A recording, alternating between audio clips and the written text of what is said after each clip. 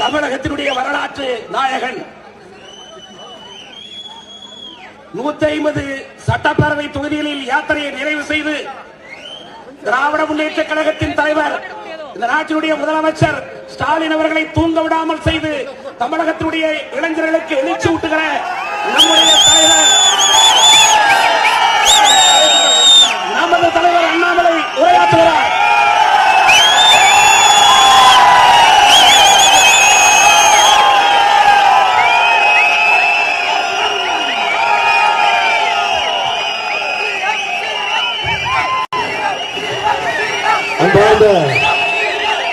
பெரியவர்கள் தாய்மார்களே, இந்த அற்புதமான ஒசூர் சட்டப்பேரவை தொகுதியிலே நடக்கக்கூடிய எண்மண் எண் மக்கள் யாத்திரையினுடைய 150வது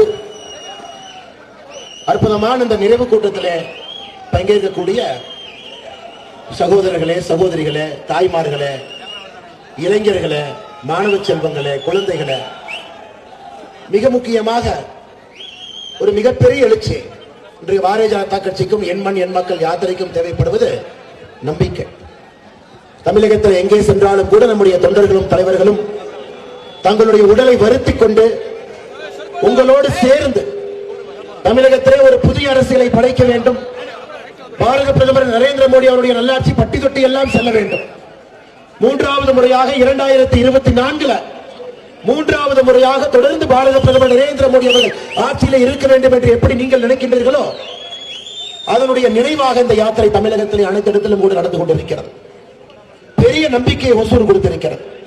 சாதாரண நம்பிக்கை இல்லைங்க, மிகப்பெரிய நம்பிக்கை. நாங்கள் உங்களோடு இருக்கின்றோம், மாற்றத்திற்கு தயாராக இருக்கின்றோம். நிச்சயமாக 2024 நம்முடைய காலம், தாமரையின் காலம், பாரதிய ஜனதா கட்சியின் காலம், நரேந்திர மோடியினுடைய காலம் தமிழகத்தில் என்கின்ற ஒரு மிகப்பெரிய நம்பிக்கை ஒசூரில் விதைத்திருக்கிறது. சகோதர சகோதரே, இதற்கு முன்பு பேசினாங்க. இதற்கு முன்பு தமிழகத்தினுடைய பொறுப்பாளராக கிட்டத்தட்ட 3 ஆண்டுகள் நிறைவு செய்து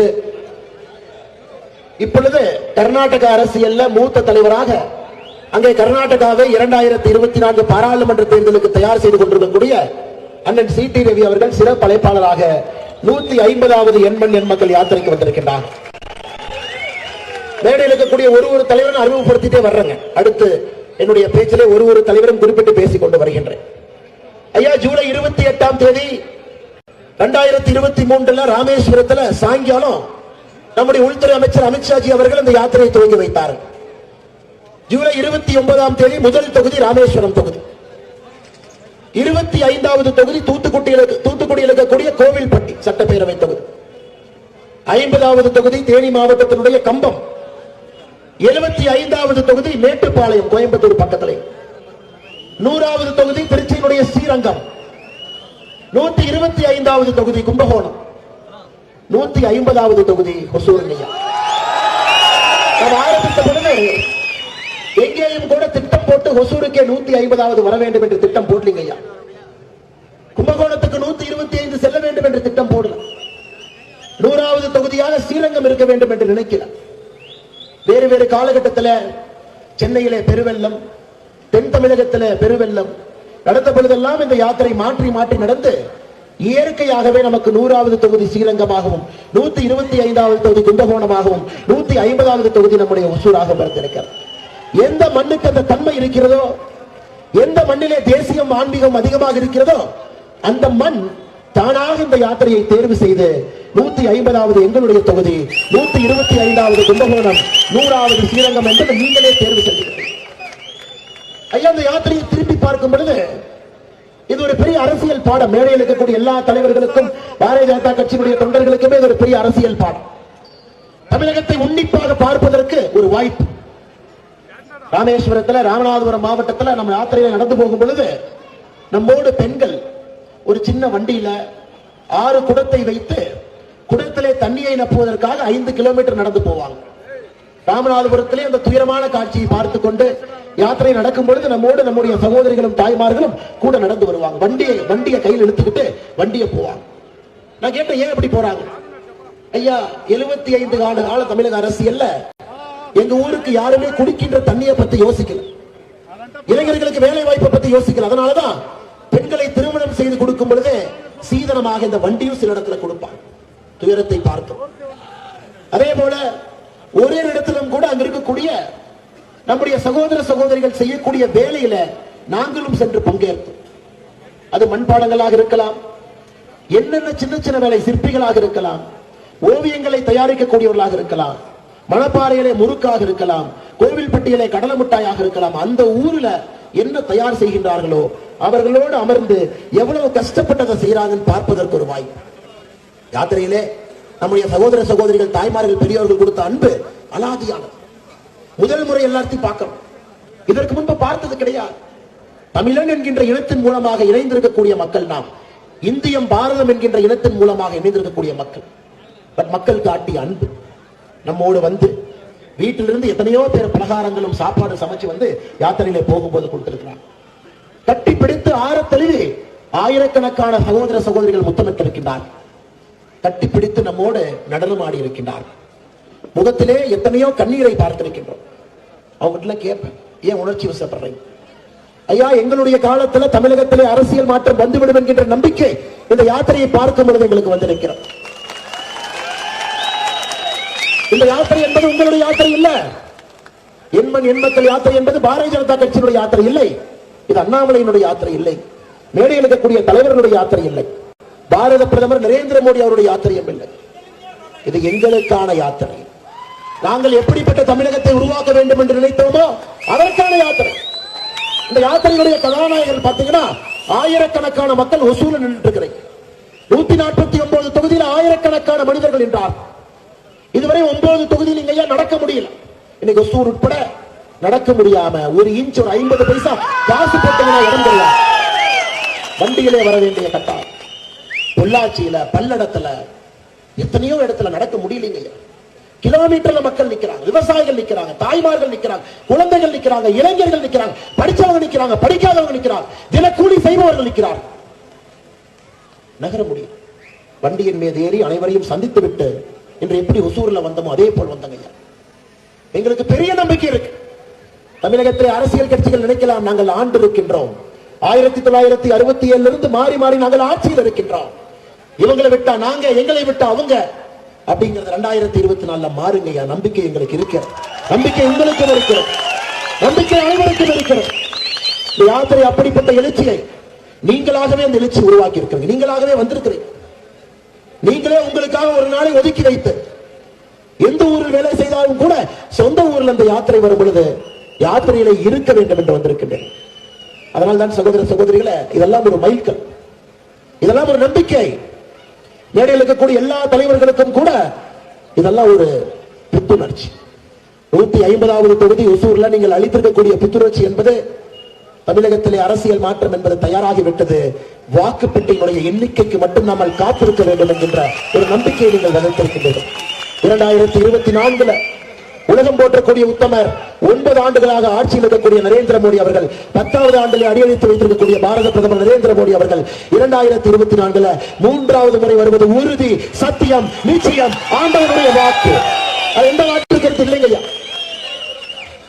இன்னைக்கு ஒரு சாதாரண பாப்பாவை, சின்ன பாப்பாவை மேல கூப்பிட்டு, அரசியலே தெரியாத ஒரு குழந்தையை மேல கூப்பிட்டு, டிவி நியூஸ் பேப்பரை படிக்காத ஒரு குழந்தையை மேல கூப்பிட்டு, தங்கம் கண்ணு 2024 தேர்தல் யார் ஜெயிப்பாங்கன்னா அந்த பாப்பா சொல்லுவாங்க, மோடி தாத்தா தாங்க ஜெயிப்பாங்க. இப்ப டிவியில் இருக்கக்கூடிய அரசியல் வல்லுநர்கள் பேசுவதே மோடி 400ல ஜெயிப்பாரா, 450ல ஜெயிப்பாரா, இல்ல 500 தாண்டுவாங்களா என்பது மட்டும்தான் டிவியில பேச்சு தவிர மோடி ஜெயிப்பாரா என்கின்ற பேச்சு. அந்த அளவுக்கு மக்களை எல்லாம் தொட்டிருக்கின்றார். அந்த அளவுக்கு மோடியுடைய திட்டங்கள் வீடு வீட்டுக்கு வந்திருக்குங்கய்யா. இத்தனை நாளாக ஏழை என்கின்ற ஜாதி வாக்கு வங்கியாக மட்டும்தான் பயன்படுத்தப்பட்டது. பாரத பிரதமர் நரேந்திர மோடி அவர்கள் 2014 ஆட்சிக்கு வந்த பிறகுதான் ஏழை என்கின்ற ஜாதி இருக்கக்கூடாது என்பதற்காக நம்முடைய ஆட்சி நடந்து கொண்டிருக்கிறது. உங்களுக்கு வீடு இல்லையா? மோடியுடைய கான்கிரீட் வீடு உங்களுக்கு வீடு தாடி வருங்கய்யா. நான் ஆட்சிக்கு வந்த பொழுது இந்தியாவிலே 64% மக்கள்கிட்ட மட்டும்தாங்க கேஸ் அடுப்பு இருந்துச்சு. இன்னைக்கு வாய்களையே பேசுறாங்க, திராவிட மாடல் அரசு பேசுறாங்க, வாய்களையே பேசுறாங்க. காங்கிரஸ் கிட்டத்தட்ட 50 ஆண்டு காலத்திற்கு மேலே இந்தியாவிலே ஆட்சியில் இருந்திருக்கிறது. அது ஒரு கட்சி மட்டுமே 4-5 பிரதமர்களை உருவாக்கி இருக்கிறது. நம்ம ஆட்சிக்கு வந்த பொழுது 64% மக்கள் கையில தான் ஒரு கேஸ் அடுப்பு, சாதாரணமான ஒரு கேஸ் அடுப்புங்க. 36% மக்கள் விறகடுப்புலையும் மண்ணெண்ணையை சமைச்சுக்கிட்டு இருந்தாங்க. இந்த 9 ஆண்டுகள் இந்தியாவை திரும்பி பார்க்கும் பொழுது 99.994% வீட்டுல கேஸ் அடுப்பு கொண்டு வந்திருக்கிறோம். 100% வீட்டுல கேஸ் அடுப்பு வந்திருக்கு. 36% உயர்த்தி இருக்கின்றோம். நம்ம ஆட்சிக்கு வந்த பிறகு 11 கோடி கழிப்பறைகளை கட்டியிருக்கும். ஸ்டாலின் ஐயாக்கெல்லாம் தெரியாது. கழிப்பறை இல்லாத ஒரு வீட்டிலே வாழ்ந்த ஒரு பெண்ணுக்கு மட்டும்தான் கழிப்பறையினுடைய வலி அவர்களுக்கு தெரியும். ஊரெல்லாம் 5 மணிக்கு எந்திரிக்கும் பொழுது நம்முடைய சகோதரி மட்டும் 4 மணிக்கு எந்திரிக்கணும். தன்னுடைய இயற்கை உதவியை முடித்து விட்டு வீட்டுக்கு வரணும். இவர்களுக்கு தெரியாது. பணக்கார குடும்பத்தில் born with a silver spoon என்று சொல்வார். அவர்களுக்கு தெரியாத ஏழையினுடைய கண்ணீரும் பசி இருக்கக்கூடிய பசித்தினுடைய வலியும் அவர்களுக்கு தெரியாது. பாரத பிரதமர் நரேந்திர மோடி அவர்கள் 11 கோடி கழிப்பறை கொண்டு கட்டி கொடுத்து ஒரு பெண்ணினுடைய தன்மானத்தை காப்பாற்றி இருக்கிறார். தமிழகத்தில் மட்டுமே 55 லட்சம் கழிப்பறைங்க ஐயா. வீதியில் நம்முடைய சகோதர சகோதரிகள், தாய்மார்கள், அக்கா இருக்கிறாங்க. பஜ்ஜி கடையிலிருந்து, போண்டா கடையிலிருந்து, பூ விற்கிற அக்காலிருந்து, பழக்கடை விற்கிற அண்ணன்ல சாதாரண மனிதர்கள் கடுமையாக உழைத்து மழை வந்தாலும் வேலை செய்தால் தான் அவர்களுக்கு சாப்பாடு. சுட்டரிக்கின்ற வெயிலாக இருந்தாலும் வேலை செய்தால் தான் அவர்களுக்கு சாப்பாடு. அவங்களுக்கு லீவு கிடையாதுங்க. அவங்களுக்கு பொங்கல் கிடையாது. அவங்களுக்கு தீபாவளி கிடையாது. உழைத்தால் மட்டும்தான் காசு, காசு இருந்தால் மட்டும்தான் வாழ்க்கை என்று தமிழகத்தில், இந்தியாவில் ஆயிரக்கணக்கான மக்கள், கோடிக்கணக்கான மக்கள் வாழ்ந்து கொண்டிருக்கிறார். அவர்களுக்கு சுமநீதி என்கின்ற திட்டத்தை கொண்டு வந்து அவர்களுக்கு 10,000 ரூபாய் வட்டி இல்லாமல் முதல் தவணை கடன், கட்டி முடித்த பிறகு 20,000 ரூபாய் வட்டி இல்லாமல் இரண்டாவது முறை கடன், கட்டி முடித்த பிறகு 50,000 ரூபாய் கடன். பாருங்க, சுபநிதி என்பது சாலையோர வியாபாரிகளுக்கான திட்டம். ஒசூர் சாதாரண ஊர் இல்லைங்க. 300 பெரிய தொழிற்சாலைகள், 5500 சிறு குறு தொழிற்சாலை. தமிழகத்தில் எந்த ஒரு மாவட்டத்திற்கும் இல்லாத ஒரு பெரிய பண்பு ஒசூருக்கு இருக்குங்கய்யா. குண்டூசியிலிருந்து விமானம் வரை தயாரிக்கக்கூடிய ஊர் ஒசூர். எந்த ஊருக்கும் இல்லாத தனிச்சிறப்பு இந்த மண்ணுக்கு இருக்கு. உழைக்கக்கூடிய யார் ஒசூருக்கு வந்தாலும் கூட வெற்றி அடைவார்கள் என்பது இந்த மண்ணினுடைய சரித்திரம். ஒசூரில் இருக்கக்கூடிய உங்களுக்கு தெரியும், முத்ரா கடன் திட்டத்தினுடைய அருமை உங்களுக்கு தெரியுங்க ஐயா. முத்ரா கடன் திட்டத்தில் தமிழகத்திற்கு மட்டுமே 2 லட்சம் கோடி ரூபாய், 2 lakh crore, இந்தியாவிலே அதிகமாக முத்ராவிலே கடன் பெற்று அதன் மூலமாக உயரக்கூடிய ஒரு மாநிலம் நம்முடைய தமிழ்நாடு. ஒசூர் உங்களுக்கு தெரியும். 2 லட்சம் கோடி ரூபாய் முத்ரா திட்டத்திலே கடன் நாம் வாங்கி இருக்கின்றோம். தமிழகத்திற்கு வந்திருக்கிறோம். இந்தியாவிலே முதல் மாநிலம், முத்ராவிலே அதிகமாக பயன்பெற்றோம். இந்த மாதிரி பேசிக்கிட்டே போலாம் ஐயா, விடிய விடிய பேசலாம்.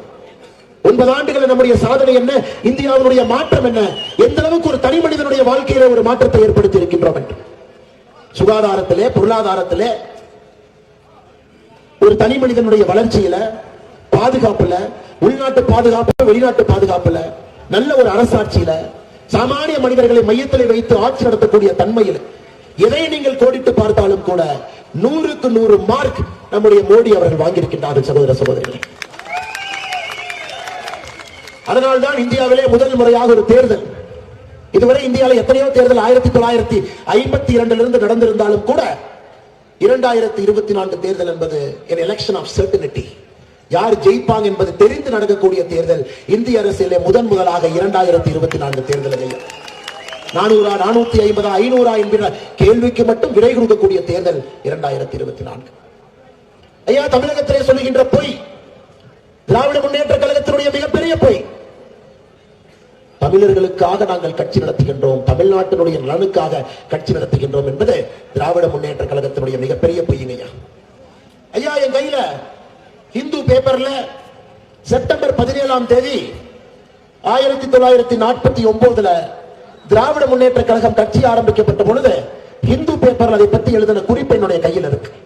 1949 செப்டம்பர் 16ஆம் தேதி திராவிட முன்னேற்ற கழகம் என்கின்ற கட்சி பதிவு செய்யப்பட்டது. எதுக்கு அந்த கட்சி ஆரம்பிக்கிறாங்க பாருங்க.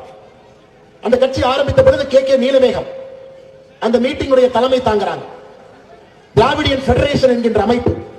அந்த மீட்டிங்ல சொல்றாங்க, ஈவி ராமசாமி நாய்க்கர் அவர்கள் தன்னுடைய திருமணத்திற்கு பிறகு சுயநலவாதியாக மாறிவிட்டார், அதற்காக எங்களுக்கு அவரோடு ஒத்துப்போகவில்லை, தனியாக ஒரு இயக்கம் ஆரம்பிக்கின்றோம் என்று கே நீலமேகம் ஐயா அந்த கூட்டத்தினுடைய தலைவர் சொல்லுகின்றார்.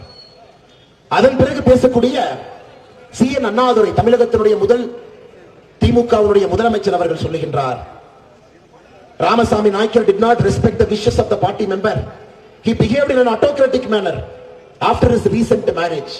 அவருடைய திருமணத்திற்கு பிறகு சர்வதிகாரியை போல் ஈவி ராமசாமி நாய்க்கர் அவர் நடந்து கொள்கின்றார், அதற்காக எங்களுக்கும் அவருக்கும் எந்த சம்பந்தம் இல்லை, ஒரு புதிய கட்சியை நாங்கள் ஆரம்பிக்க போகின்றோம் என்று. என்னோட கையில் இன்னொரு பேப்பர் இருக்குதுங்க ஐயா.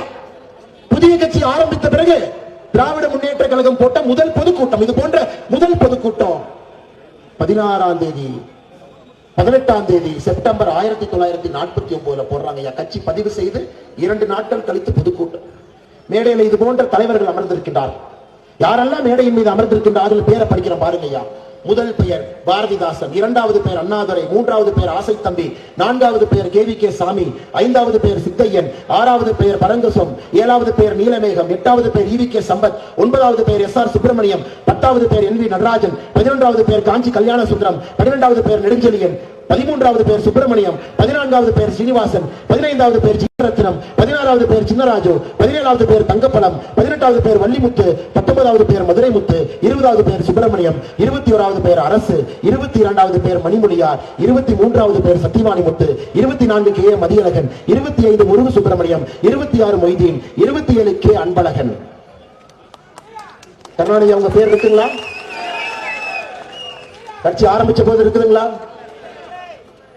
நான் சொன்ன இந்த 27 பேரும் யாராவது கேள்விப்பட்டிருக்கீங்களா? அவங்க குழந்தைகளை பத்தி கேள்விப்பட்டிருக்கீங்களா? அவங்க பேர குழந்தைகளை பத்தி கேள்விப்பட்டிருக்கீங்களா? இந்த குடும்பத்திலே 4வது தலைமுறையை பற்றி கேள்விப்பட்டிருக்கின்றீர்களா? இந்த 27 பேரும் சேர்த்துக்கக்கூடிய சொத்து பட்டியலை பார்த்திருக்கின்றீர்களா? இப்படித்தாங்க ஐயா திராவிட கழகம் ஆரம்பிச்சான். ராபின்சன் பூங்காவிலே சென்னையிலே செப்டம்பர் மாதம் 18ஆம் தேதி 1949 சாயந்தரம் 4 மணிக்கு போடப்பட்ட பொதுக்கூட்டம். என்ன சொன்னாங்க தெரியுமா? தமிழ்நாட்டில் மேல் ஜாதியர்கள் ஆளுகின்றார்கள், மேல் ஜாதி வர்க்கம் தமிழ்நாட்டை அப்படியே பிடிச்சு வச்சிருக்கிறாங்க, ஒரு புதிய கட்சி தேவைப்படுது. அப்படி மேல் ஜாதி தான். ஆனா இன்னைக்கு ஒரே ஒரு குடும்பம் தாங்க ஆளு. மேல் ஜாதி ஆளுகின்றார்கள் என்று சொல்லி ஆரம்பிக்கப்பட்ட திராவிட முன்னேற்ற கழகத்தினுடைய முதல் மீட்டிங்ல மேடையில் இருந்த 27 பேரும் நான் படிச்சிட்டேங்க ஐயா. உங்களுக்கு திராவிட முன்னேற்ற கழகத்தினுடைய 5 பெரும் தலைவர்கள் 1949 இருந்து 1967 வரை 5 தலைவர்கள், திமுகவுடைய 5 பெரும் தலைவர்கள். அண்ணாதுரை ஐயா, EVK சம்பத் ஐயா, NV நடராஜன் ஐயா, VR நெடுஞ்செழியன் ஐயா, KA மதியழகன் ஐயா. இவங்க தான் திமுகவை உருவாக்கினார். திமுகவுக்கு கொள்கை கொடுத்தார், திமுகவுக்கு ஒரு தன்மை கொடுத்தார். திமுகவை உரம் போட்டு அந்த 5 தலைவர்கள் வளர்த்தினார்கள். அதனாலதான் அவங்க பேர் 5 பெரும் தலைவர். அண்ணாதுரை ஐயா தெளிவாக இருந்தார்கள். அவர் ஆட்சியில் இருக்கும் பொழுதும் சரி, அவர் ஆட்சிக்கு பின்பும் சரி, அவருடைய குடும்பத்திலே ஒருவர் கூட திமுகவிலே உறுப்பினராக இருக்கக்கூடாது என்பது அண்ணாதுரை ஐயாவுடைய கொள்கை. அவருடைய வளர்ப்பு மகன் டாக்டர் பரிமல் தெரிஞ்சிருக்கும் உங்களுக்கு, தற்கொலை செய்து உயிரை மாய்த்துக் கொண்டார் அண்ணாதுரை ஐயாவுடைய வளர்ப்பு மகன். காரணம், தனக்கு புற்றுநோய் இருக்கிறது, தனக்கு மருத்துவ செலவுக்கு பணம் இல்லை, இன்னொரு மனிதருக்கு பாரமாக இருக்கக்கூடாது என்று கிணத்திலே குதித்து அண்ணாதுரை ஐயாவுடைய வளர்ப்பு மகன் தற்கொலை செய்து கொண்ட தமிழகம் இது. அதன் பிறகு EVK சம்பத் ஐயா திமுகவே வேண்டாம், கருணாநிதியே வேண்டாம், அந்த கட்சியிலிருந்து ஒதுங்கி வெளியே போனோம். அதன் பிறகு VR நெடுஞ்செழியன் ஐயா திமுகவே வேண்டாம், கருணாநிதியே வேண்டாம், MGR ஐயாவோடு போய் MGR ஐயாவுடைய ஆட்சியில தமிழகத்தினுடைய ஸ்பீக்கராக இருந்தவர். அதன் பிறகு KA மதியழகன் ஐயா, ஒரே வயசு, கட்சி ஆரம்பித்த பொழுது மதியழகன் அவருக்கு 23 வயசு, கருணாநிதி அவருக்கு 23 வயசு. தன்னுடைய இடத்திற்கு மதியழகன் வந்து விடுவார் என்று மதியழகன் அவர்கள் மீது ஊழல் புகார் குற்றச்சாட்டு வைத்து கலைஞர் அவர்கள் கழுத்தை பிடித்து மதியழகன் கட்சியை விட்டு வெளியே தூக்கி வீசினார். ஆரம்பித்த 5 பெரும் தலைவர்கள் இல்ல, 5 பெரும் தலைவர்கள் இல்ல. இன்னைக்கு நாங்கள் ஒரு சாதி எதிர்த்து ஆரம்பித்தோம், இவர்களை எதிர்த்து ஆரம்பித்தோம் பொய்யை சொல்லி ஆரம்பித்த திமுக ஒரு குடும்பத்தினுடைய கையில இன்று தமிழகம் மாட்டி சிக்கி தவித்துக் கொண்டிருக்கிறது. சகோதர சகோதரி, திமுக என்கின்ற தீய சக்தியை தமிழகத்தினுடைய மண்ணிலிருந்து வேரோடும் அடியோடும் அகற்ற வேண்டும் என்பது எண்மண் எண்மக்கள் ஆகும். இன்னைக்கு பாருங்க, இதை தாண்டி இன்னைக்கு திமுக எப்படி மாறி இருக்கிறது பார்க்கலாம். அங்க ஒரு நண்பர் திமுக நண்பர் கேட்டாலே, நீங்க பேசுறதுக்கெல்லாம் நீங்க ப்ரூஃப் கொடுத்தீங்கன்னா நான் இப்பவே திமுக இருந்து பிஜேபியில சேர்ந்துருவேன், அதனால நீங்க பேசுறதுக்கு எனக்கு ப்ரூஃப் கொடுங்க. ஒரு திமுகவை சார்ந்த நண்பர் எனக்கு இந்த பக்கம் இருந்து பேசிட்டு இருக்காங்க. இன்னைக்கு பாருங்க எப்படி திராவிட முன்னேற்ற கழகம் என்பது இந்தியாவில் எங்கேயும் இல்லாத அளவுக்கு முழு குடும்பம் தமிழகத்தை சூறையாடி கொண்டிருக்கிறது. முதல்ல கலைஞர் குடும்பத்துக்கு வரலாங்களா? கலைஞர் கருணாநிதி, கனிமொழி கருணாநிதி MP, ஸ்டாலின் ஐயா முதலமைச்சர், மகன் உதயநிதி ஸ்டாலின் அமைச்சர், மு க அழகிரி ஐயா இதற்கு முன்பு MP, தயாநிதி மாறன் MP, கலாநிதி மாறன் சந்தையில் ஒரு பெரிய பட்டியல் தமிழகத்தில் எல்லா இடத்துல இருக்கிறாங்க விடுங்க. துரைமுருகன் மூத்த அமைச்சர், அவருடைய மகன் கதிரானன் எம்பி. பொன்முடி இப்ப அமைச்சர் இல்ல, மூத்த அமைச்சராக இருந்தாரு, அவருடைய மகன் கௌதம் சிகாமணி கள்ளக்குறிச்சி பாராளுமன்ற உறுப்பினர். ஐ பெரியசாமி மூத்த அமைச்சர், அவருடைய மகன் செந்தில்குமார் இன்னைக்கு சட்டமன்ற உறுப்பினர். தங்கம் தென்னரசு இன்னைக்கு நிதி அமைச்சர், அவருடைய அப்பா தங்கபாண்டியன் மூத்த எம்எல்ஏ. தங்கம் தென்னரசுடைய சகோதரி தமிழச்சி தங்கபாண்டியன் தென்சென்னையுடைய எம்பி. கீதா ஜீவன் தூத்துக்குடியில அவங்க அப்பா பெரியசாமி எம்எல்ஏ, இன்னைக்கு கீதா ஜீவன் எம்எல்ஏ. கீதா ஜீவனுடைய தம்பி தூத்துக்குடி மேயர். அன்பில் மகேஷ் பொய்யாமல் இன்னைக்கு அமைச்சர். அவருடைய தாத்தா அன்பில் தர்மலிங்கம் மூத்த அமைச்சர். அவருடைய தந்தை அன்பில் பொய்யாமலை மூத்த அமைச்சர் எம்எல்ஏ, மூன்றாவது தலைவர். தயாநிதி மாறன் பாராளுமன்ற உறுப்பினர். கருணாநிதியினுடைய பேரன் முரசொலி மாறனுடைய மகன். ஐயா உங்கள் எல்லாத்துக்கு தெரியும். பிடிஆர் பழனிவேல் ராஜன், அவங்களுடைய அப்பா பிடி ராஜன், அதற்கு பிறகு பிடி பழனிவேல் ராஜன், இன்னைக்கு பிடிஆர் பழனிவேல் ராஜன் மூன்றாவது தலைமுறை. பேராசிரியர் அன்பழகன், அவருடைய பேரன் வெற்றி செல்வன், இன்னைக்கு வில்லிவாக்கத்தினுடைய எம்எல்ஏ. வீரபாண்டி ஆறுமுகம் மூத்த அமைச்சர், அவருடைய குடும்பத்திலிருந்து ராஜா செடியன் சட்டமன்ற உறுப்பினர். ஆற்காட்டு வீராசாமி மூத்த அமைச்சராக இருந்தார், அவருடைய பையன் கலாநிதி வீராசாமி இன்னைக்கு வடசென்னையினுடைய. இது குடும்பாச்சு இல்லைங்களா? இல்லையா ஏதாச்சும் விட்டு வச்சிருக்காங்களா? ஏதாவது பாக்கி இருக்குதுங்களா? மிச்சவங்களுக்கு கொஞ்சமா இருக்குதா? ஒரே குடும்பம் தமிழகத்தில் கூட்டு கொள்ளை அடிப்பதற்கு கோபாலபுரத்திலிருந்து திருச்சி வரை, சேலம் வரை, கள்ளக்குறிச்சி வரை, வெள்ளூர் வரை, கோயம்புத்தூர் வரை அனைத்து இடத்திலும் கூட 1949 ஆரம்பித்த கட்சி, 50 தலைவர்கள் இருந்த கட்சி, இன்னைக்கு ஒரு குடும்பத்தினுடைய பிடியில தமிழகம் சிக்கி சின்னாபரணமாய் கொண்டிருக்கிறது. ஐயா, நம்ம மோடியை அடிக்கடி சொல்ற வார்த்தை, நாங்கள் குடும்ப ஆட்சிக்கு எதிரானவர்கள். இங்க இருக்கக்கூடிய நீங்கள் அனைவருமே முதல் தலைமுறை ஆட்கள், அதனாலதான் இங்க வந்து நின்றுக்கிறீங்க. சொந்தமா நீங்க ஒரு வேலை செய்றீங்க, அதனாலதான் பிஜேபி கூட்டத்தில் இருக்கிறேன். அரசியல் ஆர்வம் இருக்கிறது, நீங்களும் ஏதாவது செய்ய வேண்டும் என்று நினைக்கிறீர்கள், அதற்காக பாரதிய ஜனதா கட்சியுடைய கூட்டத்தில் இருக்கிறேன். இங்க இருக்கக்கூடியவர்கள் பெரும்பாலும் 99% சாதாரண மனிதர். ஐயா, ஒரு சாதாரண மனிதனுடைய வழி, ஒரு சாதாரண மனிதனுக்கு தான் அந்த வழி தெரியும். கடைக்கு போய் நீங்கள் நானும் ஒரு செருப்பு வாங்கலாம், சைஸ் 10 ஒரு செருப்பு வாங்கலாம். ஒரு செருப்பு மட்டும் போனோடனே வாங்குவீங்களா? 10 செருப்பு போட்டு பார்ப்பீங்களா? 10 செருப்பு போட்டு பார்ப்பீங்களா? போன ஒரு செருப்பு எடுத்து வருவீங்களா? 10 செருப்பு போட்டு பார்ப்போம். கடிக்குதா? கலர் சரியா இருக்குதா? கால்ல உட்காருதா? 2 சைஸ் கடையில் நம்ம கால் இருக்கா? இந்த பிராண்ட்ல 10 சரியா இருக்கா? அந்த பிராண்ட்ல 10 சரியா இருக்கா? கடையில் ஒரு சகோதரி அந்த செருப்பு கடையில சேல்ஸ் கீழா இருப்பாங்க. ஒரு செருப்பு போடுற சகோதரி பொறுமையா 10 செருப்பு எடுத்து வைப்பாங்க.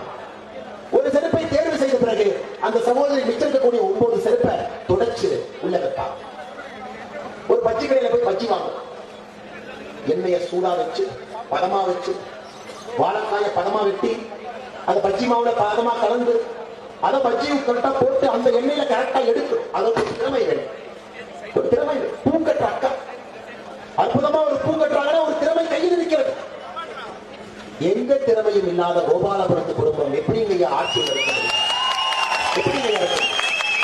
மு.க. ஸ்டாலின் அவர்களுக்கு என்ன திறமை? எம்ஜிஆர் அவர்களுக்கு போட்டியாக திமுக அவருடைய குடும்பத்தில் சினிமாவை நடிக்க வச்சார். ஸ்டாலின் ஐயா நடிச்ச சினிமாவை பார்த்திருக்கீங்களா? அரசியலுக்கு வந்த பிறகு எல்லா சினிமா விலைக்கு வாங்கி அவங்களே வச்சுக்கிட்டாங்க. ஸ்டாலின் ஐயா நடிச்ச சினிமா யூடியூப்ல இருக்கு, அவருடைய சினிமாவை பார்க்க. கலைஞர் கருணாநிதி ஐயாவுடைய மகன் மு.க. முத்தையாவுடைய சினிமா இருக்கு. இவங்க எல்லாம் எம்ஜிஆருக்கு போட்டியாக வர வேண்டும் என்கின்ற ஆசைதான். நான் சொன்னேன், கழுதுக்கு லிப்ஸ்டிக் போட்டுட்டு குதிரைன்னு சொன்னா எப்படி இருக்கு? எம்ஜிஆர் அவர்கள் எம்ஜிஆர், சிவாஜி அவர்கள் சிவாஜி. அரசியலை ஒழிக்க வேண்டும் என்பதற்காக ஃபர்ஸ்ட் ஒரு சினிமாவுக்கு வந்தார். சினிமாவுக்கு வந்த பொழுது இவங்க என்ன சொன்னாங்கன்னா, ஐயோ எங்களுக்கு அரசியல் சம்பந்தம் இல்லை, எங்களுக்கு அரசியல் பிடிக்காது, நான் குடும்ப அரசியல் பண்ண மாட்டோம், எங்களுக்கு வேண்டாம். ஸ்டாலின் ஐயா சொன்ன பிறகு அவருடைய பையன் உதயநிதி ஸ்டாலின் அரசியல் ஐயா, நான் எம்பாட்டை சினிமாவில் நடிக்கிறேன். உதயநிதி ஸ்டாலின் சினிமாவில் நடிச்சா யாரும் பார்க்க மாட்டாங்கன்னு சந்தானத்தை கூட நடிக்க வச்சான். சந்தானத்துக்கு ரசிகர்கள் அதிகம் என்பது திமுகவுக்கே தெரியும். சந்தானத்தை பார்க்கிறப்ப அதே பிரேம்ல இருக்கிற உதயநிதி ஸ்டாலினை பார்த்தா அவருடைய முகம் என்பது உங்களுடைய மனதிலே வரும் என்பதற்காக சந்தானத்தோடு ஹிந்தி தெரியாது போடாத டிஷர்ட் போட்டுட்டு ஹிந்தி நடிகளை கூப்பிட்டு தமிழ்நாட்டில் நடிச்சிருக்காங்க. ஹிந்தி தெரியாது போடாத டிஷர்ட் போட்டுக்கிட்டு ஹிந்தி படமா தமிழகத்துல ஒரு படமா தயாரிச்சுக்கிட்டு இருக்காங்க. ஒரு நாள் நமக்கு தெரியாது நடக்க போகுது. உதயநிதி ஸ்டாலின் எம்எல்ஏ ஒன்னு எம்எல்ஏ அண்ணன் திமுக சொன்ன பாரியா என் குடும்பத்தில் ஒரு உறுப்பினர் எம்எல்ஏ ஆகி மக்களுடைய அன்பை பெற்று எம்எல்ஏ ஆயிருக்கிறார். நான் சொன்னேன், ஆமா ஏத்துக்கிறோம், மக்களுடைய அன்பை பெற்று எம்எல்ஏ ஆயிருக்கிறார், ஏத்துக்கிறோம். ஆனா அந்த தொகுதி 25 வருஷமாக திமுக எம்எல்ஏ இருக்கிற தொகுதி. அந்த திமுகவுடைய கடைக்கோடி உறுப்பினர் நிறுத்திருக்கலாமே, கிளை செயலாளர் நிறுத்திருக்கலாமே, 50 ஆண்டு திமுக கட்சி குலைத்த ஒரு சகோதரி நிறுத்திருக்கலாமே. எங்கயா சரி அதெல்லாம் நீங்க கேட்க கூடாதுன்னு நான் சொல்றது மட்டும் தான் நீங்க கேட்கணும். திமுக காரர் உதயநிதி ஸ்டாலின் வந்த உடனே எல்லாருக்கும் எப்படியாவது ஒரு அமைச்சராவது தகுதி என்னன்னா சினிமா படத்தில் நடித்தார் என்பது மட்டும்தான் ஒரே ஒரு தகுதி. அவருக்காக ராஜ்பவன்ல தனி விழாவை நடத்தி ஆளுநரை அழைத்து முதலமைச்சர் என்று ஒரே ஒரு அமைச்சருக்கு மட்டும் தனியாக பதவி பிரமாணம் செய்து உதயநிதி ஸ்டாலின் அமைச்சர் அப்புறம் முக்கியமான விஷயம் கொடுக்கணும். தமிழகத்திலே அறவே சாப்பாடு இல்லாம செத்து விட்டது. தென் தமிழகத்திலே வெள்ளத்துல ஆடு மாடு அடிச்சுட்டு அவ்வளவு கஷ்டத்தில் இருக்கும் பொழுது உதயநிதி ஸ்டாலின் கேட்டார்னா 42 கோடி ரூபாய்க்கு F4 ரேசிங் ட்ராக் போடுவாங்க. உதயநிதி ஸ்டாலின் பிடிக்கலினா அந்த ரேசிங் ட்ராக்கை விட்டுட்டு அடுத்தடுத்து வாய்ப்பு இருக்கிறாங்க. உதயநிதி ஸ்டாலின் கேட்டார்னா செஸ் ஒலிம்பியாட் நடத்துவாங்க. அதுவும் சினிமா நடிகர்களுக்கே அது இருக்கக்கூடிய கான்ட்ராக்ட் எல்லாம் கொடுப்பாங்க. உதயநிதி ஸ்டாலினுக்கு வேணும்னா எது வேணாலும் தமிழ்நாட்டில் நடத்தலாம். ஏன்னா பட்டத்து இளவரசர் அவருடைய பெயர். எனக்கு அடுத்து தயாராயிட்டாங்க. அன்னைய சேலத்துல இளைஞரணி மாநாடு போட்டதுக்கு அப்புறம் உதயநிதி ஸ்டாலின் ஐயாவ நாங்கள் துணை முதலமைச்சர் ஆக்காம விட மாட்டோம் திமுக அரசு சொல்லிட்டு இருக்கோம்.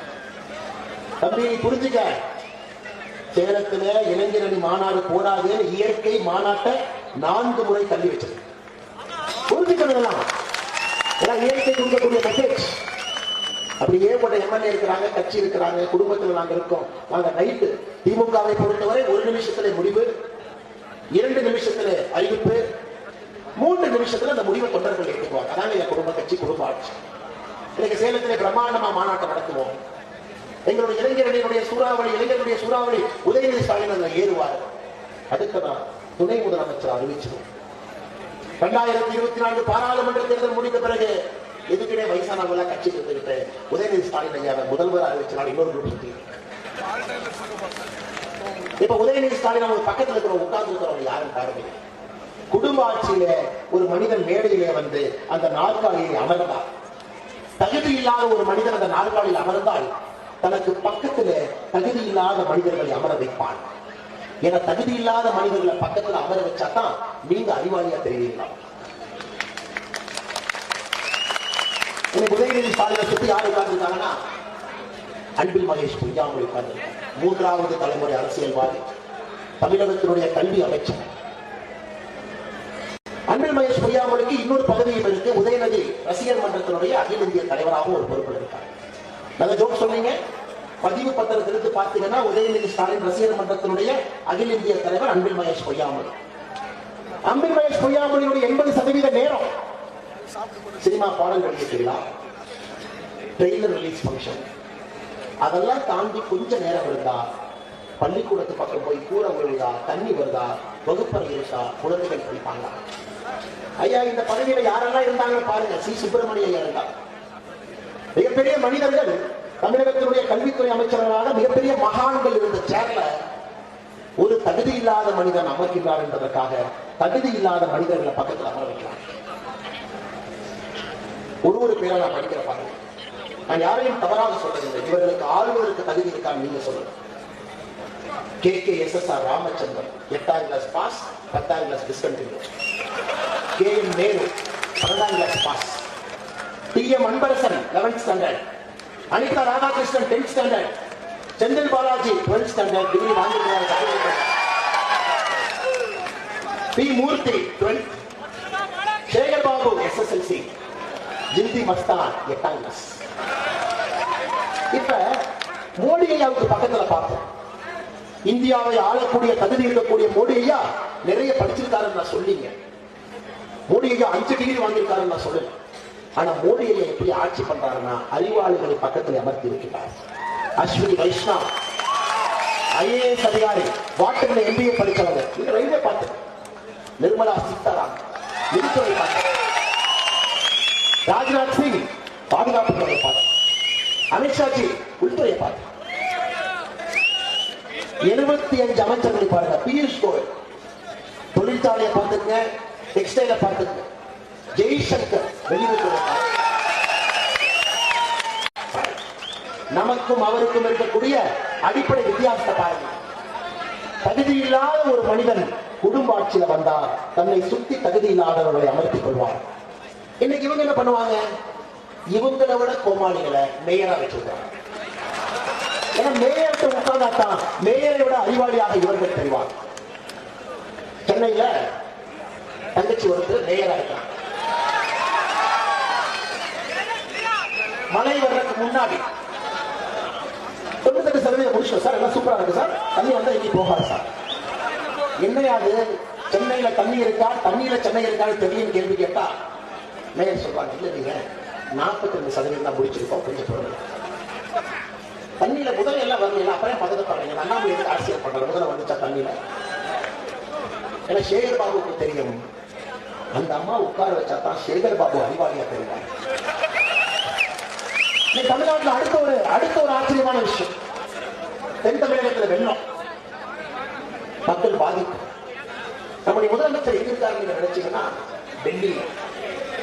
முதலமைச்சரை வரவேற்பதற்கு எல்லா தலைவர்களும் டெல்லி. முதலமைச்சர் சொல்றார் உதயநிதி ஸ்டாலின், தம்பி போய் என்ன எட்டி பார்த்துட்டு வாப்பா, அதோ மழை பெய்யும் சொல்றாங்க, எட்டி பார்த்துட்டு வாப்பா. உதயநிதி ஸ்டாலின் போறாரு. அவருக்கு ஸ்டார்ட் ஆக்ஷன் கேமரா சொல்லாம நடிக்க முடியாது. ஒரு திரைப்பட இயக்குநரை கூடவே கூட்டிட்டு போறாங்க. Start action camera சொல்லுப்பாரு.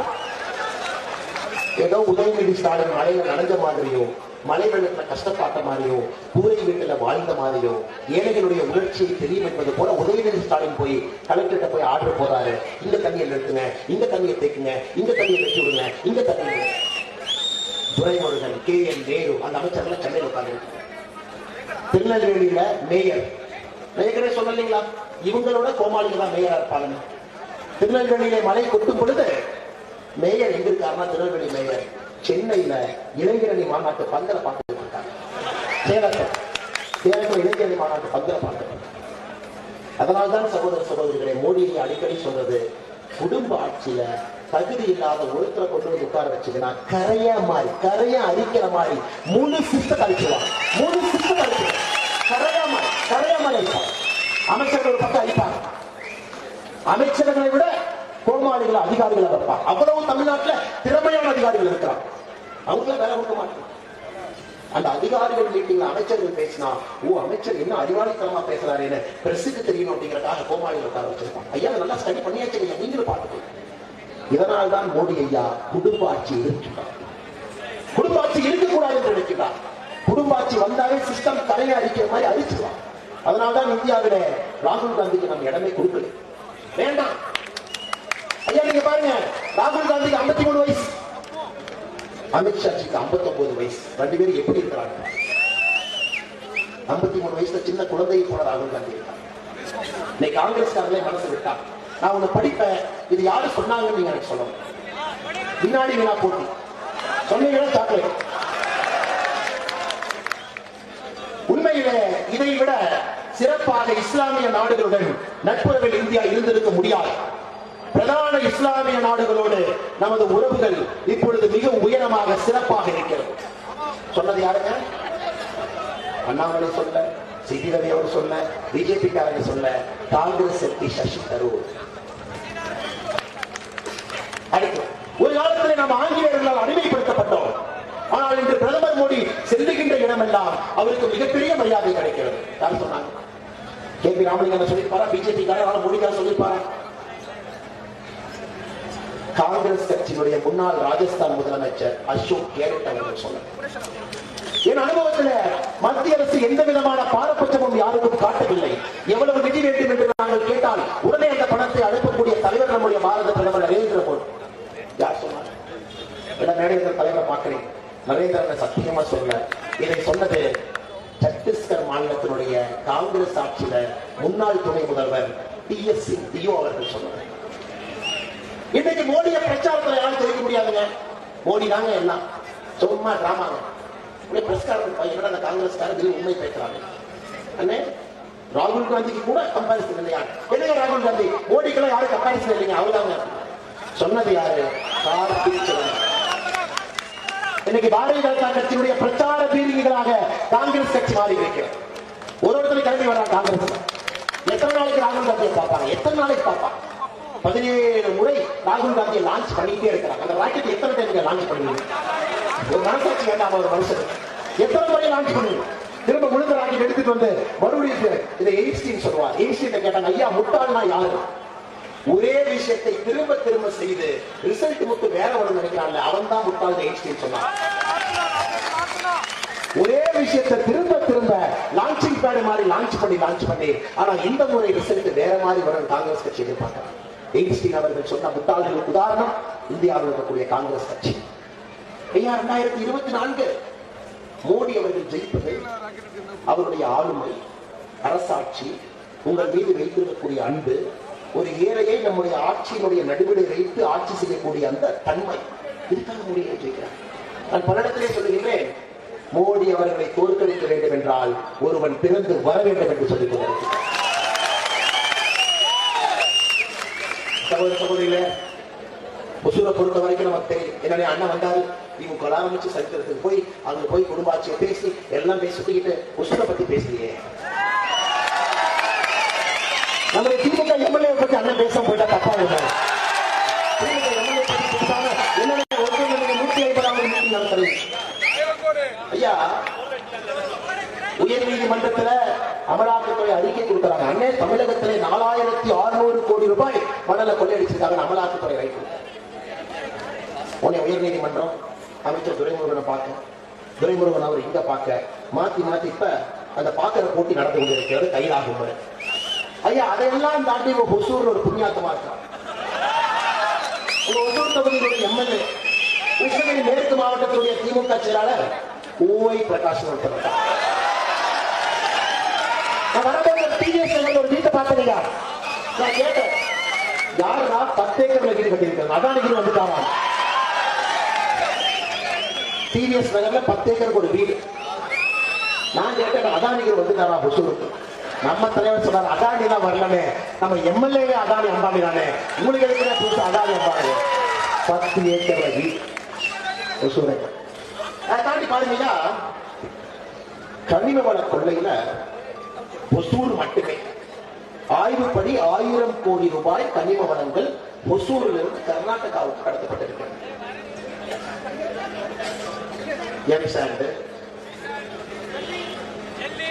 அனுமதிக்கப்படாத வகையில ஜல்லி, அரசுக்கு 1 ரூபாய் வருமானம் வராம 1000 கோடி ரூபாய் இங்கிருந்து கடத்திருக்காங்க. இதுல ஒரு நிறுவனம் இருக்குது இல்லையா, ஆதி பைரவா ப்ளூ மெட்டல். அந்த ஆதி பைரவா ப்ளூ மெட்டல் எந்தவித அனுமதி வாங்காம பிரஷர் ஓட்டிட்டு இருக்கிறாங்க. ஒரு யாரோ ஒரு தைரியமான அதிகாரி, நேர்மையான அதிகாரி தப்பித்தவரை ஒசூருக்கு வந்துட்டார். அவர் போயிட்டு எவன் அந்த ப்ளூ மெட்டல் ஓட்டுறது, எந்த ஆய்வு இல்லாமல் சொல்லிட்டு அந்த அதிகாரி போய் நிறுத்துறா அப்படின்னு சொன்னோடனே அந்த அதிகாரிக்கு ஒசூர் எம்எல்ஏ கொடுத்த பரிசு தூத்துக்குடி போடுறா. தூத்துக்குடி அந்த அதிகாரி போயிட்டார். ஐயா இந்த நாட்டில் நல்லவங்க இருக்காங்க. அதன் பிறகு இன்னொரு அதிகாரி வந்து இன்னொரு விஷயத்தை கண்டுபிடிச்சு அதை சீல் வச்சுட்டார். பேய் போய் பூதம் வந்துச்சு சொல்லுவாங்க. இந்த அதிகாரத்துக்கு தூத்துக்குடி போட்டா அடுத்து பூதம் வந்து சீல் வச்சுட்டார். எனக்கு எம்எல்ஏ அவர்கள் பேரை மாத்திட்டா மக்களுக்கு தெரியாது. அதைத்தான் திமுக நம்ம 50 வருஷமா பண்றோம்னு ஆதி பைரவா ப்ளூ மெட்டல்ஸ் உடைய புது பெயரு Sanjeevi blue metal, Sanjeevani blue metal மாத்தி ஓட்டிட்டு இருக்காங்க. இதெல்லாம் உங்க எம்எல்ஏ அண்டவாளம் அவர்களெல்லாம் தனித்தனியா மேகசின்ல முதல் பக்க கவர்ல அட்டை படத்துல ஒரு ஸ்டோரி போடுறாங்க. அது போன்ற ஒரு எம்எல்ஏ, திமுக எம்எல்ஏ ஒசூர்ல இருக்காங்க. அதை தாண்டி பள்ளிக்கூடம் ஒசூர்ல அக்டோபர் மாசத்துல முதலமைச்சர் அப்படியே திட்டிக்கிட்டே போட்டோ போஸ்ட் கொடுத்து ஒரு பள்ளிக்கூடத்தை ரிப்பன் கட் பண்ணி நான் பள்ளிக்கூடத்தை திறந்து வச்சேன்னு போனார். முதலமைச்சர் போனார். 2 வாரத்துல மேற்கூடை குத்துக்கிட்டு கீழே விழுந்துச்சு. இதுவும் ஒசூர். பள்ளிக்கூடத்தை தொட்டவரும் சரியில்லை, கட்டியவரும் சரியில்லை, கான்ட்ராக்டரும் சரியில்லை. இப்படி கையாளி தமிழகத்தினுடைய பள்ளிக்கூடத்துல 13,000 வகுப்பறைகள் குறைவாக இருக்கிறது. 13,000 வகுப்பறை. 1ஆம் கிளாஸ் 2ஆம் கிளாஸ் ஒன்னா, 3ஆம் கிளாஸ் 4ஆம் கிளாஸ் ஒன்னா, 7ஆம் கிளாஸ் 8ஆம் கிளாஸ் ஒன்னா, 13,000 வகுப்பறைகள் குறைவாக இருக்கக்கூடிய பள்ளிக்கூடங்கள் தமிழகத்தில் இருக்கிறது. அதற்கெல்லாம் அன்பில் மகேஷ் பொய்யாமொழி அவருக்கு கவனம் இல்லை. வேற எதுக்கு கவனம் இல்லை? சிடி ரவிஜி ஒரு விஷயம் சொன்னாங்க.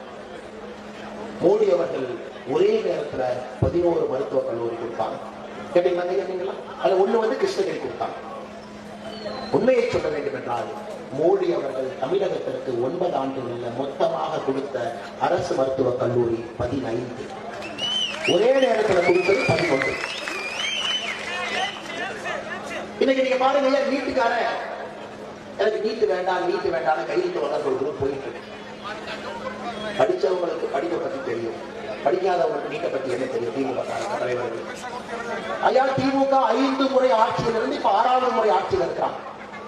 1967 இருந்து 2011 வரை 5 முறை ஆட்சியில் இருந்த திமுக தமிழகத்திற்கு கொண்டு வந்த மொத்த அரசு மருத்துவக் கல்லூரி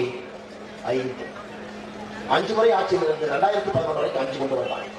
தமிழகத்திற்கு கொண்டு வந்த தனியார் மருத்துவக் கல்லூரி 17. 5 முறை ஆட்சியில் இருந்த திமுக தமிழகத்திற்கு கொண்டு வந்த அரசு மருத்துவக் கல்லூரி 5. 9 ஆண்டு ஆட்சியில் இருந்த பாஜக தமிழகத்திற்கு கொண்டு வந்த மருத்துவக் கல்லூரி 15. இப்ப நீட் ரகசியம் முடிச்சுட்டாங்க ஐயா. நீட் ரகசியம் முட்டையில் இல்லையா, மண்டையில் முட்டை மன்ற மாதிரி உதயநிதி ஸ்டாலின் முட்டை தூக்கி சுற்றாரு. முட்டையில் இல்லைங்கய்யா, மண்டையில். ஓ, திமுக 5 அரசு மருத்துவக் கல்லூரி 17 தனியார் மருத்துவக் கல்லூரி கொண்டு வந்திருக்கா. மோடி ஐயா 15 அரசு மருத்துவக் கல்லூரி கொண்டு வந்திருக்கா. அப்ப மோடி ஐயா நோக்கம் என்ன? நீட் மூலமாக எல்லாம் அரசு மருத்துவக் கல்லூரிக்கு போகணும். ஸ்டாலின் ஐயா நோக்கம் என்ன? நீட் இல்லாம எல்லாம் தனியார் மருத்துவக் கல்லூரிக்கு போகணும். அப்பதான் டொனேஷன் வாங்க முடியும். இதுக்கு ஒரு முட்டையை தூக்கிட்டு கையெழுத்து வாங்கன்னு சொல்லிட்டு இருக்காங்க. இந்த உண்மை உங்கள் அனைவருக்கும் தெரியும் என்பது எனக்கு தெரியும். சகோதர சகோதரிகளே, உங்களுடைய நேரத்தை அதிகமாக எடுக்கலாம். பாலா நம்ம சொல்றோம், கர்நாடகால இருந்து வந்துட்டார். ஒசூருக்கு கர்நாடகா ತುಂಬಾ ಜಾಸ್ತಿ.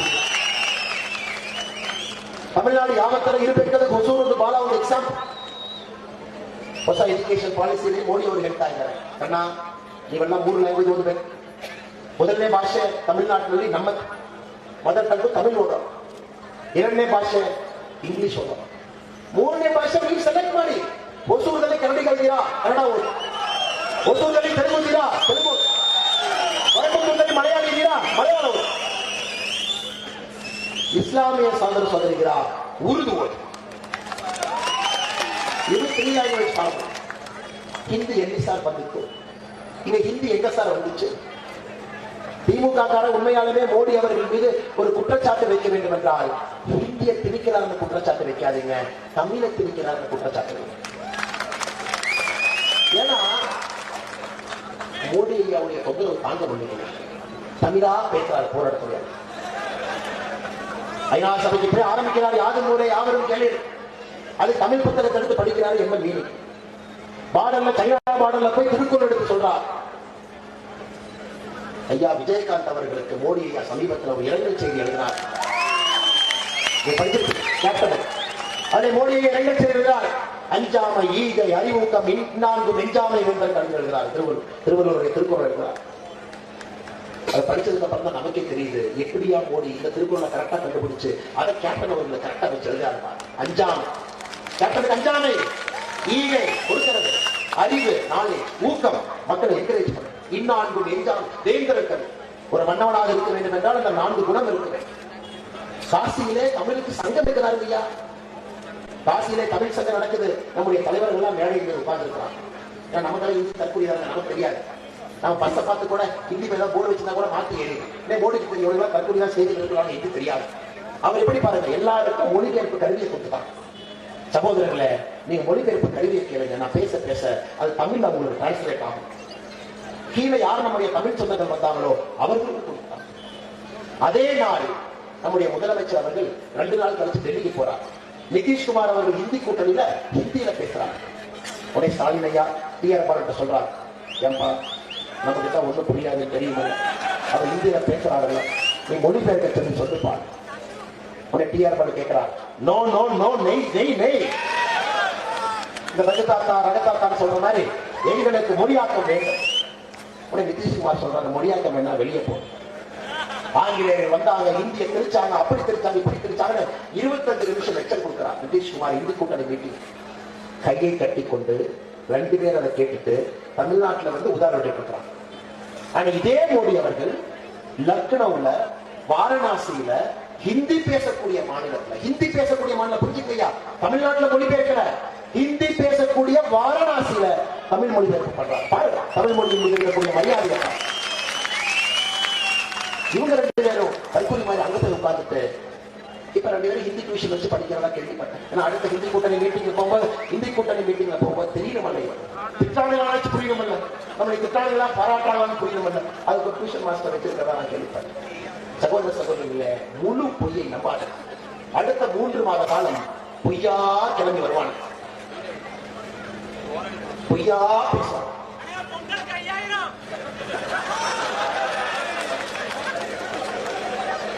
பேச ஆரம்பிச்சா காலையில் 4 மணிக்கு ஆயிரம். உங்களுடைய பொய்யை பற்றி பேசுவதற்கு மட்டுமே ஒரு கூட்டத்தை போட்டு 1967 இருந்து 2024 ஜனவரி மாசம் 11ஆம் தேதி வரைக்கும் உங்க பேசினா ஒரு நாள் கூட்டம். இவங்க எதிர்கட்சியா இருந்தா பொங்கலுக்கு 5000, ஆளுங்கட்சியா இருந்தா பொங்கலுக்கு பணமே கொடுக்காம பொங்கல் அறிவிப்பு வந்துச்சு. உடனே பத்திரிகை நண்பர்கள் வந்தாங்க, அண்ணே உங்களுக்கு ஸ்டாலின் ஐயா 1000 ரூபாய் கொடுக்கல, நீங்க பிரஸ் மீட் கொடுங்க. நான் சொல்றேன், ஏன் சகோதரா உனக்கு இன்னும் புரியலையா சகோதரா? டிஎம்கே ஸ்ட்ராட்டஜி புரியலையா? ஃபர்ஸ்ட் 1000 ரூபாய் கொடுக்க மாட்டான். 2 திமுக அமைச்சர் உதயநிதி ஸ்டாலின் போய் பிரஸ் கேட்பாங்க, அண்ணே அப்ப 1000 ரூபாய் கொடுப்பாரா? உதயநிதி ஸ்டாலின் சொல்வார், எங்க தளபதி கண்டிப்பா பெண்களுக்கு 1000 ரூபாய் கொடுப்பாரு.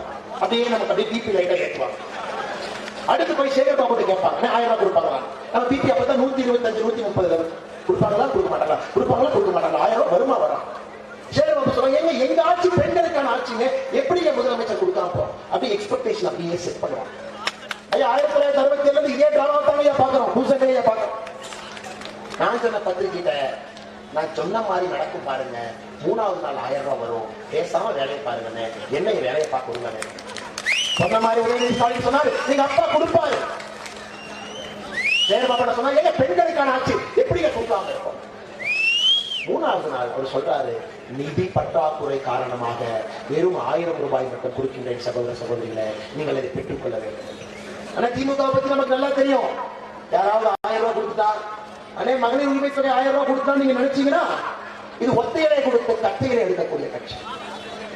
ஒத்தையிலேனா 1000 ரூபாய் நோட்டு, கத்தையிலேனா மின்சார கட்டணம் உயர்வு, தயிர் உயர்வு, பால் உயர்வு, சொத்து வரி உயர்வு, எல்லாம் உயர்வு, லஞ்சம் உயர்வு. ஒத்தையிலே 1000 ரூபாய், கத்தையிலே 10,000. அதற்கெல்லாம் நீங்க மயங்க மாட்டீங்க தெரியுங்க. 2024 தேர்தல் இந்தியாவுடைய வளர்ச்சிக்கான தேர்தல், பாரதம் அடுத்த கட்டம் செய்வதற்கான தேர்தல். ஐயா இங்க இருக்கக்கூடிய நீங்கள் ஒருவரும் நரேந்திர மோடி தான். நரேந்திர மோடி டெல்லியில குஜராத்ல பிறந்த ஆள் கிடையாது. யாருக்கு தனி மனித முழுக்கம் இருக்கிறதோ, யாருக்கு நேர்மை இருக்கிறதோ, யார் தன்னுடைய குடும்பத்தை பேணி பாதுகாக்கிறார்களோ, யார் நேர்மையாக வாழ வேண்டும் என்று நினைக்கிறார்களோ, யார் எளிமையாக வாழ வேண்டும் என்று நினைக்கிறார்களோ, யார் ஏழை தாய்க்காக வாழ வேண்டும் என்று நினைக்கிறார்களோ, அவர்களுடைய பெயர் நரேந்திர மோடி. நரேந்திர மோடி நரேந்திர மோடி இங்க இருக்கார். ஒருவர் வேட்பாளர் நரேந்திர மோடி தான். 2024 நீங்க ஓட்டு போடுறது நரேந்திர மோடி என்கின்ற ஒற்றை நம்பிக்கைக்காக, நாணயத்திற்காக, நேர்மைக்காக, வளர்ச்சிக்காக. நிச்சயமாக நீங்கள் செய்வீர்கள் என்கிற நம்பிக்கை எனக்கு இருக்கு இல்லையா? அற்புதமான விழாவை 150வது சட்டப்பேரவை நம்முடைய தொகுதியில எண்மண் எண்மக்கள் யாத்திரை வந்திருக்கிறது. இதில் கடுமையாக உழைத்த நம்முடைய தலைவர்கள் பெயரை நான் சொல்லவில்லை என்றால் பெரும் தவறாகும். நம்முடைய அற்புதமான மாவட்ட தலைவர் எல்லோரையும் ஒருங்கிணைத்து மிகச் சிறப்பாக இந்த யாத்திரை நடத்தி கொண்டிருக்கக்கூடிய சகோதரர் எம் நாகராஜ் அவர்களுக்கு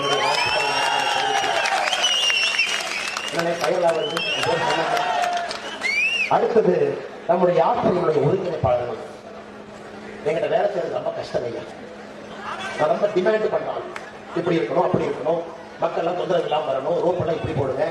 நேற்று கூட பெரிய கலாட்டா பண்ணிட்டு வந்தாங்க ஐயா, ஏன்னா நைட்டு போடாம இருக்கீங்க, நாளைக்கு யாத்திரைக்கே வரமாட்டேன், எப்படி பெண்கள் பாதுகாப்பா வந்துட்டு போவாங்க.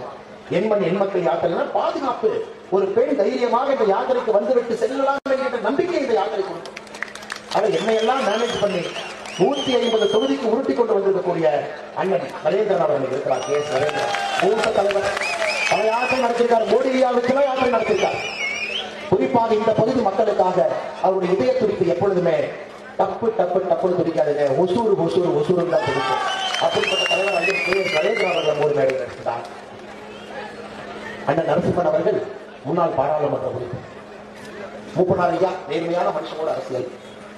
அப்பவே அடல் பிஹாரி வாஜ்பாய் மேல ஈர்ப்பு வரலாமா வேண்டாமா, வரலாமா வேண்டாமா ஒரு கபடி மேட்ச் பார்த்தா அதன் பிறகு மோடி ஐயா வந்தவுடன் நிச்சயமாக நான் பாரதிய ஜனதா கட்சியில தான் இருக்கணும், நேர்மையான கட்சியிலிருந்து உழைக்க வேண்டும் என்பதற்காக இன்னைக்கு உங்களுக்காக பெரும் தொழிலோடு உழைத்துக் கொண்டிருக்கக்கூடிய அண்ணன் இருக்கிறோம். நரசிம்ம வாழ்த்துக்களை வணக்கங்களை தெரிவித்து பெருங்கோட்டை பொறுப்பார். அவரை பார்த்தீங்கன்னா சின்ன பையன் மாதிரி ஓடிக்கிட்டே இருக்கு. ஐயா 26 வயசுல எம்எல்ஏங்க ஐயா. 1980 ஒரு எம்எல்ஏ வெட்டரி காலேஜ்ல படிக்கிறார். டாக்டர் புரட்சி தலைவர் எம்ஜிஆர் ஐயா கூப்பிட்டு படித்தவர்கள் அரசியலுக்கு வர வேண்டும், படவா ராஸ்கல் நீ ராசிபுரத்துல போய் 26 வயசுல நிக்க வச்சார்.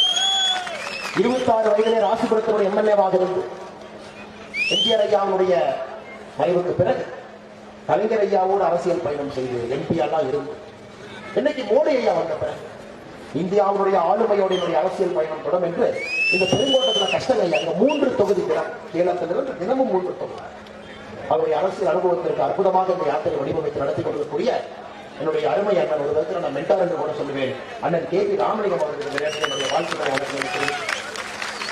இன்னைக்கு நான் இவ்வளவு பேர் இருக்கோம் ஐயா. இன்னைக்கு பாரதிய ஜனதா கட்சி ஆலமரத்தை போல் வளர்ந்திருக்கு. பார்த்தா சந்தோஷம். கட்சி எப்படி வளர்ந்துச்சு பாரு. அது அப்படியே ஆனந்த கண்ணீரோடு பார்த்துக் கொண்டு அமர்ந்திருக்கிறார். இவர் வளர்த்த கட்சி, உரம் போட்டது விதை இவர் போட்டது. அந்த விதை இன்னைக்கு ஆலமரமாக இருக்கிறது. நம்முடைய தேசிய பொதுக்குழு அமைப்பு பாரதிய சோழர்களுடைய நேரத்தில் என்னுடைய வாழ்த்துக்களை வழக்குகளை நன்றிகளை தெரிவித்து சகோதர சகோதரிகளை முன்னறிக்கையில வேலூர் இப்ராஹிம் பண்ணிருக்காங்க. அவருக்கு தெரியும் ஏங்க மோடி ஐயா இஸ்லாமிய நாடுகள்ல நின்னா பொதுக்கூட்டம் நடந்தா மாநாடு, இஸ்லாமிய நாடுகளுடைய எல்லா தலைவர்களுமே மோடியினுடைய வருகைக்காக நான் மோடியினுடைய கருத்தை வலுப்படுத்துகிறேன் என்று சொல்லி இந்த பாரதிய ஜனதா கட்சியுடைய வளர்ச்சிக்கு கடுமையாக உழைக்கக்கூடிய அண்ணன் வேலூர் இப்ராஹிம் அவர்கள் இருக்கிறார். பாராளுமன்றத்தினுடைய பொறுப்பாளர், கட்சியில எந்தவித எதிர்பார்ப்பும் இல்லாமல் 35 ஆண்டுகளாக ஒரு சாதாரண தொண்டனாக உழைத்து உழைத்து உழைத்து இந்த கட்சியை வளர்த்துக் கொண்டிருக்கக்கூடிய அண்ணன் கோபிநாத் அவர்கள் இருக்கிறார். என்னுடைய அன்பு சகோதரர் அமர் பிரசாத் ரெட்டி அவர்களுக்கு இது ஒரு சிறப்பான ஒரு யாத்திரை. பார்த்துட்டு எங்க செய்த பரிச்சை அரசு இல்ல, பெண்களை தொட்டவடுக்கெல்லாம் கைது இல்ல, பிஜேபி கொடி ஏற்கிறாராமா. எப்படியாவது அமர் பிரசாத் ரெட்டி உள்ள வச்சுட்டா இந்த யாத்திரையை நிறுத்திட்டார். அமர் பிரசாத் ரெட்டி பல அமர் பிரசாத் ரெட்டிகளை யாத்திரையில உருவாக்கி விட்டார். நரேந்திரன் அவர்கள் பல நரேந்திரன் யாத்திரை உருவாக்கிட்டார். ஆனால் பல கஷ்டத்தை பர்சனலா பல கஷ்டத்துல பொய் குற்றச்சாட்டுகளை தனி மனித தாக்குதல் எல்லாம் எதிர்த்து இருக்கக்கூடிய ஒரு அன்பு சகோதராக இருக்கக்கூடிய அமர் பிரசாத் ரெட்டி அவர்களுக்கு என்னுடைய சிறப்பான நன்றிகளை வழக்கத்தை தெரிவித்தேன். காவல்துறை நண்பர்கள் இருக்கிறாங்க, பெரிதும் மதிக்கக்கூடிய காவல்துறை நண்பர்கள். ஒரு ஜோக் சொல்றாங்க, ஒசூர்ல ஒரு வீட்டுல 100 பவுன் தங்க காணாம போச்சு. நானும் 100க்கு போன் பண்ணி பாக்குறேன், ஒருத்தர் வரல. அப்ப பக்கத்து வீட்டுக்காரர் சொன்னாரம்மா, என்ன ராணி இது கூட தெரியலையா, பிஜேபி கார கொடியேற்றான்னு சொல்லி உடனே வந்துருவாங்க. அப்படி கம்பீரமாக இருக்கக்கூடிய காவல்துறை இன்னைக்கு பிஜேபி கார யாரு கொடியேற்றா எங்க பிடிக்கலாம் என்கிற அளவுக்கு திராவிட அரசியலவர்களை கொண்டு வந்து வீதியிலே வைத்திருக்கிறேன். அதை பல இடத்திலே சொல்லுகின்றேன். தமிழக காவல்துறையினுடைய கம்பீரம் திரும்ப வர வேண்டும் என்றால், அவர்களுக்கு உண்மையான விடுதலை கிடைக்க வேண்டும் என்றால், 8 மணி நேரம் பணி செய்து தன்னுடைய இல்லத்திற்கு சென்று தன்னுடைய குழந்தையுடைய முகத்திலே சிரிப்பை பார்க்க வேண்டும் என்றால், அவருடைய நேர்மைக்கு எந்தவித அரசியல்வாதியும் ஒரு துணி களங்கத்தை ஏற்படுத்தாமல் காவல்துறையுடைய கண்ணியத்தை காப்பாற்ற வேண்டும் என்றால் அது பாரதிய ஜனதா கட்சியால் மட்டும்தான். அது நம்முடைய ஆட்சியிலே நடக்கும் என்கின்ற நம்பிக்கை நம் அனைவருக்கும் இருக்கிற சகோதரர். மேடையில் இருக்கக்கூடிய மாவட்ட நிர்வாகிகள், மாவட்டத்துடைய பொதுச்செயலாளர் விஜயகுமார் அவர்கள், மாவட்ட பொருளாளர் சீனிவாசன் அவர்கள், மாவட்டத்துடைய துணைத் தலைவர் முருகன் நாகராஜ், சகுந்தலா ராமமூர்த்தி, இந்திராணி அவர்கள், மாவட்டத்துடைய செயலாளர் பிரவீன்குமார், பாபு ராஜசேகர், வரலட்சுமி அவர்கள், மாநிலத்துடைய நிர்வாகியாக இருந்து கட்சியுடைய வளர்ச்சி உழைக்கக்கூடிய மாநில செயல்பொருட்கள் முனிராஜ் அவர்கள், ஒசூர் தொகுதி சட்டமன்ற அமைப்பாளர் நாகேஷ்குமார் அவர்கள், மாநில துணைத் தலைவர் வர்த்தக பிரிவு சுதா நாகராஜன் அவர்கள், மாநில செயலாளர் தொழில்துறை பிரிவு ராமலிங்கம் அவர்கள், மாநில துணைத் தலைவர் அமைப்பு செயலாளர் பிரிவு சீனிவாசன் அவர்கள். நான் வேகமாக சொன்னாலும் கூட அவர்கள் அனைவரும் நம்முடைய உள்ளத்தில் இருக்கிறார்கள் என்று எனக்கு தெரியும். மாநில பொதுக்குழு நிர்வாகிகள் பேசினார்கள் அவர்கள், மாநில துணைத் தலைவர் எஸ்.ஏ. கஸ்தூரி அவர்கள், மாநில செயலாளர் இளைஞரணி சகோதரர் கிஷோர் அவர்கள், மாநில செயலாளர் அண்டை மாநில அமைச்சர் கருணாநிதி அவர்கள், மாநில செயற்குழு சிறுபான்மையினி மோசஸ் அவர்கள், மிக முக்கியமாக நம்முடைய இளைஞரணியுடைய தலைவர் அருமை தம்பி ரமேஷ் சிவா இந்த கூட்டத்தில் இருப்பார். அதிகமாக வேலை செய்யக்கூடிய தம்பி அவருக்கும் இந்த நேரத்தில் என்னுடைய வாழ்த்துக்களை வழக்குகளை தெரிவித்து இரும்பு மனிதர்களாக இங்கு இருக்கக்கூடிய மண்டல் தலைவர்கள், ஒன்றிய தலைவர்கள், நாளை நம் கட்சியுடைய முக்கியமான தலைவர்களாக மாற இருக்கக்கூடிய ஒசூர் மாநகர் தெற்கு மணிகண்டன் அவர்கள், ஒசூர் மாநகர் மேற்கு ரமேஸ்வரன் அவர்கள், ஒசூர் மாநகர் தெற்கு நாகேந்திர அவர்கள், ஒசூர் மாநகர் வடக்கு தங்கராஜ் அவர்கள், ஒசூர் ஒன்றியம் வடக்கு அப்பையா நாயுடு அவர்கள், ஒசூர் ஒன்றியம் தெற்கு வீரபத்ரப்பா அவர்கள், சூளகிரி ஒன்றியம் மேற்கு அஞ்சப்பா அவர்கள், மாவட்டத்துடைய அணிப்பிரிவு தலைவர்கள் வீரேந்திர அவர்கள், மஞ்சுளா அவர்கள், குமார் அவர்கள், ஓம் அவர்கள் நன்றியை தெரிவித்து கலைஞர் கருணாநிதி ஐயா ஒரு முறை கேட்டார், இங்கயா பிஜேபி இருக்கு, இங்கும் அங்குமா இருக்கு. கருணாநிதி ஐயா அவர்களே மேலே இருந்து பாருங்க, எல்லா இடத்திலும் பிஜேபி, பார்க்கும் இடத்தில் எல்லாம் பிஜேபி இருக்கிறது, பட்டி தொட்டி எல்லாம் பிஜேபி இருக்கிறது. இளைஞர்கள், பெண்கள் எல்லோரும் இன்றைக்கு மோடி ஐயாவின் பக்கம் இருக்கலாம். மேலே இருந்து ரசித்துக் கொண்டிருங்கள். தமிழ்நாட்டினை நல்லாட்சியை நாங்கள் கொடுக்கத்தான் போகின்றோம். ஏழை மக்களுடைய வாழ்க்கையை முன்னேற செய்யத்தான் போகின்றோம். படித்த இளைஞர்களுக்கு படிப்புக்கேற்ற வேலை, வேலைக்கேற்ற ஊதியம் பாரதிய ஜனதா கட்சி கொண்டு வரத்தான் போகிறது. ஏழை என்கின்ற ஜாதி நம்முடைய சமகாலத்திலே இல்லாமல் பாரதிய ஜனதா கட்சி செய்யும். அப்படிப்பட்ட ஒரு சரித்திரம் மிகுந்த எண்மண் எண்மக்கள் யாத்திரையில ஒசூர் தொகுதியில 150வது சட்டப்பேரவை தொகுதியில பங்கேற்றிருக்கக்கூடிய எல்லா சொந்தங்களுக்கும் என்னுடைய அன்பார்ந்த வாழ்த்துக்களை தெரிவித்து யாத்திரையுடைய கதாநாயகர் நீங்கள் தான். நாங்கள் யாத்திரை நடத்துவோம். மிக நன்றாக நீங்கள் இருக்க வேண்டும் என்று சொல்லி ஒரே முடித்துக் கொள்கின்றேன். பாரத் மாதா கி, பாரத் மாதா கி, பாரத் மாதா கி.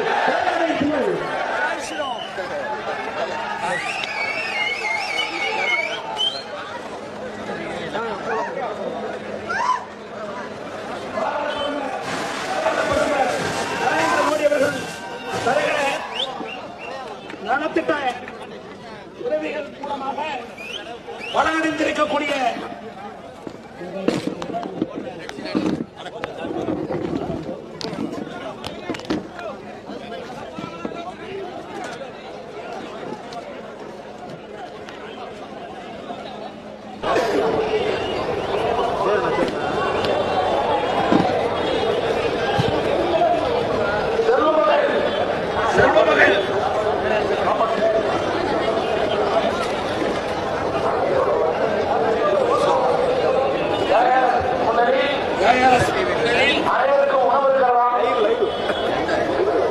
எல்லா சேனல்